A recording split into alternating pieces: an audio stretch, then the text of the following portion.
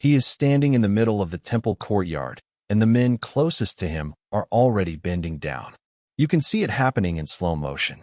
A hand reaching toward the ground, fingers closing around stone. The kind of stone that fits a palm the way it was designed to. Heavy enough to break bone, light enough to throw twice. He has not finished his sentence yet. Somewhere in the last 10 seconds, a rabbi from a town nobody respected said 3 words that turned a religious debate into an execution. Not a parable, not a miracle, not a clever turn of phrase the crowd could walk away arguing about over dinner. 3 words, and the men listening did not wait for him to explain himself. We are going to get to that exact moment. The hands, the stones, the sentence that caused it. But not yet. Because if you hear those 3 words right now, out of order, you will miss almost everything about why they landed like a detonation instead of a comet. Here is what you need to know first. In the Gospel of John, Jesus says, "I am" 8 times. 8 times, he takes the most ordinary phrase in any language, the phrase you use to answer the question, "Who's there?" and turns it into a claim about himself. 7 of those times, people argued with him, followed him, left frustrated, or amazed, or converted. 7 times, the claim came wrapped in a picture, bread, light, a door, a shepherd, a vine, something you could hold in your mind and disagree with like a normal human conversation. The 8th time, there was no picture, no metaphor to soften it, just a sentence built out of a name so old, so untouchable, that devout Jews would not even say it out loud in prayer. This is not a story about miracles. This is not a story about clever teaching. This is not a story about a nice title a religious man gave himself. This is a story about 3 words that nearly got a man killed in broad daylight, in a crowded courtyard, before he had even finished the thought, and about why 7 other claims just like it, made by the same man, in the same week, never got that reaction at all. So let's start where the pattern starts. Not with the stones, with the bread. The morning after Jesus feeds 5,000 people with 5 loaves of bread and 2 fish, the crowd finds him again. You can picture the scene. Boats crossing the Sea of Galilee at first light. People who had eaten their fill the day before, now hungry again, and hoping for a repeat. They find him on the far shore and ask him, more or less, when's the next miracle? When's the next meal? And Jesus does something you would not expect from someone trying to build a following. He tells them the truth. He says they are not looking for him because of who he is. They are looking for him because of what he can give them. Free bread, free fish, a king who could feed an army without a single farm. Then he says it, "I am the bread of life." Not bread that fills your stomach for an afternoon. Bread that a person could eat and never be spiritually starving again. You can feel the crowd's confusion in the text. They wanted a picnic, and he is talking about eternity. Some of them get angry. Some of them walk away. This is the first "I am," and it costs him followers before it gains him any. Hold that thought, because the pattern is just getting started. Move forward a few months to the Feast of Tabernacles in Jerusalem. This was one of the most visually stunning nights on the Jewish calendar. In the temple courtyard, priests lit enormous golden lampstands. Some ancient accounts describe them as tall as the temple walls themselves, and the light from them was said to be visible across the entire city. People danced by torchlight until dawn. It was Jerusalem's version of the brightest night of the year. And standing in that same courtyard, under those same lamps, Jesus says, "I am the light of the world." You have to understand what he is doing here. He is not competing with the lampstands. He is claiming to be the thing the lampstands were only ever a picture of. Whoever follows him, he says, will never walk in darkness. Some of the religious leaders standing nearby do not take this well. But it gets stranger. Not long after, a man born blind, someone who had never seen a sunrise, a lamp, a human face, is healed by Jesus in that same city. Instead of celebrating with him, the religious leaders drag him in for questioning. They interrogate his parents. They interrogate him twice. And when he refuses to stop defending the man who healed him, they throw him out of the synagogue completely, cut off from his community, cut off from worship, for the crime of being able to see. It is to defenders of that man, people who had just watched a healed beggar get thrown out of his own church, that Jesus says the next two claims almost in the same breath. I am the door. Whoever enters through him will be safe, will find what he needs. And then, without pausing, I am the good shepherd, not a hired hand who runs when danger shows up. A shepherd who lays down his own life for the sheep instead of the other way around. For claims in bread, light, door, shepherd. Every single one of them wrapped in a picture ordinary people could hold on to. Something you could see in a field, a doorway, a lamp, a loaf. Something you could argue with over dinner without anyone reaching for a stone. Here's what most people miss. Each of these claims is already enormous. Each one, on its own, would be a strange thing for a traveling rabbi to say about himself. But wrapped in metaphor, they were survivable. They gave people room to think, to object, to walk away confused instead of furious. That room is about to start closing. For I am statements down. For more to go, and I promise you, the pattern does not hold. If a video like this is new to you, this is the kind of thing we do here. Take one thread in scripture and pull it until the whole picture shows up. If that is useful to you, hit subscribe before we keep going, because the next 4 claims are where this story stops being comfortable. Stay with me. This is where it turns. Sometime later, word reaches Jesus that his close friend Lazarus is sick. He waits 2 days before going to him, and by the time he arrives in the village of Bethany, Lazarus has been dead for 4 days already.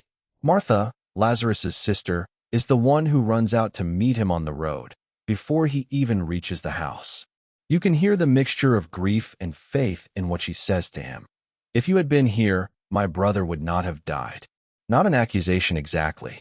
Something closer to a wound that hasn't finished bleeding. And it is to her, standing on that road with her brother 4 days in the grave, that Jesus says, I am the resurrection and the life. Not, I can perform a resurrection. Not, I know the way to bring people back. I am the resurrection. He is not offering Martha a miracle to witness. He is telling her that the thing she is hoping for, life after the grave, is standing in front of her, in the dust, in ordinary sandals, saying her name. Minutes later, he goes to the tomb and calls Lazarus out, not as a magic trick, as proof of the sentence he just said out loud to a grieving woman on a dirt road. Now watch what happens next, because the tone changes completely. Fast forward to the night before Jesus is arrested.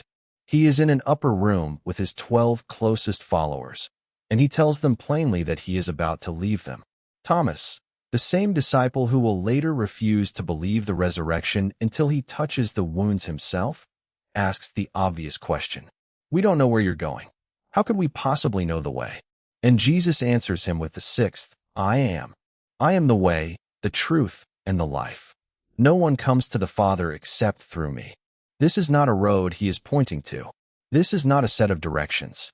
He is telling a frightened, confused group of men, hours before his own execution, that he himself is the road, the destination, and the reason the trip is even possible.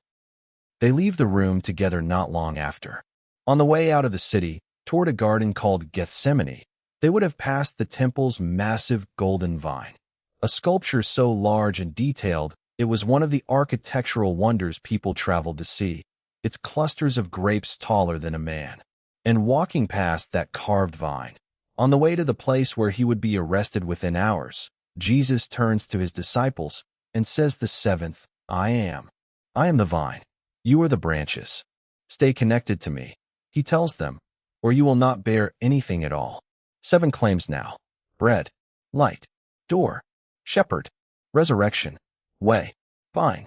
Every one of them still wrapped in an image a person could picture, could sit with, could even push back on without reaching for anything sharper than a question. Here's the part nobody tells you. All 7 of these were said in public, to crowds, to skeptics, to grieving people, to frightened friends, and not one of them, on its own, caused anyone to pick up a stone. The 8th one did. Now we go back to where we started, the temple courtyard, the hands reaching for stones. Jesus is in the middle of an argument with a group of Jewish leaders, an argument that has been escalating for several minutes. They are proud of their lineage. They tell him, we are children of Abraham. We have never been anyone's slaves. And Jesus tells them that being related to Abraham by blood means nothing if their actions look nothing like Abraham's faith. Then he says something that seems almost like a throwaway line. Your father Abraham rejoiced to see my day. He saw it, and he was glad. The men in front of him do the math out loud, and it doesn't work. You are not yet 50 years old, they say, and you have seen Abraham? Abraham, who lived and died roughly 2,000 years earlier. Abraham, whose bones had been in the ground for 2 millennia by the time this rabbi from Nazareth was even born. And here is where the eighth I am lands. Jesus does not say, before Abraham was, I existed. He does not say, before Abraham was, I lived. Both of those would have been an enormous claim on their own, claiming to be older than the father of their entire nation. But that is not what he says. He says, before Abraham was, I am. In the original Greek, the phrase is ego eimi, I am. 2 words that, on their own, in ordinary conversation, just mean it is I. But there is nowhere else in that grammar for a verb like that to sit. You do not say, before someone existed, I am. You say I was. Unless the word am is not describing a place in time at all. Unless it is a name. Centuries earlier, a shepherd named Moses stood in front of a burning bush in the wilderness and asked the voice speaking to him what name he should give the people of Israel. And the voice answered in Hebrew, Ihyeh Asher Ihyeh, I am who I am. I will be what I will be. When later generations translated those words into Greek, the same language Jesus is speaking in that temple courtyard, they used the same construction. Ego eimi. The name was too sacred for many devout Jews of that era to even pronounce aloud during ordinary prayer. So when this rabbi, standing in front of religious scholars who had spent their entire lives studying that name, says before Abraham was, I am, he is not claiming to be old. He is not even claiming to have existed before Abraham. He is claiming to be the name that spoke from the fire, the name with no beginning to measure anything against. Think about the last time you sat across from someone, and you could see in their face, right before they said a single word, that whatever came next was going to change everything. A doctor walking back into the room. Someone standing in your doorway you weren't expecting. You know it's coming before it lands, and there is nothing you can do to brace for it. That is what it must have felt like standing in that courtyard, watching his face, hearing the sentence build, and understanding, half a second before the last word even left his mouth, exactly what he was about to claim. The Jewish historian Josephus, writing decades after this event, records that under the religious law of the period, claiming equality with God carried one specific penalty. Not banishment, not a fine, not a formal trial that could take weeks to resolve. Stoning, administered immediately by whoever was standing close enough to reach the ground. That is why nobody argued with him this time. That is why, before he could even finish explaining himself, hands were already closing around stone. 7. I am statements gave people room to think. This one didn't. This one wasn't a metaphor you could take home and wrestle with over dinner. It was a name. And once they heard it, there was nothing left to debate. Only a decision to make, standing right there, with a rock already in hand. He walks out of the temple that day. It is not yet his time, but the line has been drawn, and everyone in that courtyard knows exactly where it sits. So here is what 8 sentences in one gospel actually tell you. The first takeaway is simple. 7 times, Jesus made a claim about himself wrapped in a picture: bread, light, a door, a shepherd, resurrection, a road, a vine. Every one of those pictures let people keep their distance. They could admire it, argue with it, walk away confused by it, and still go home for dinner.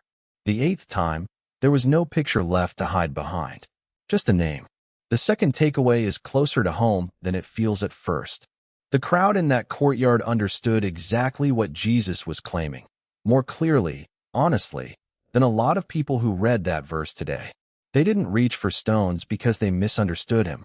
They reached for stones because they understood him perfectly, and they had to decide, right there, whether to believe it or silence it. You get offered the same decision every time you read that verse. Nobody hands you a metaphor to hide behind either. The third takeaway is the one that should sit with you longest. This is not a story about a rabbi who talked himself into trouble. This is not a story about a clever argument that got out of hand.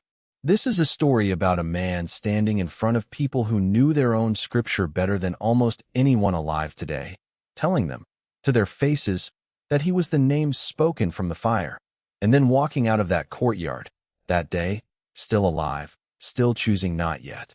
Which of these 8 I am statements hit you the hardest? The bread, the light, the resurrection, or the one that ends this video?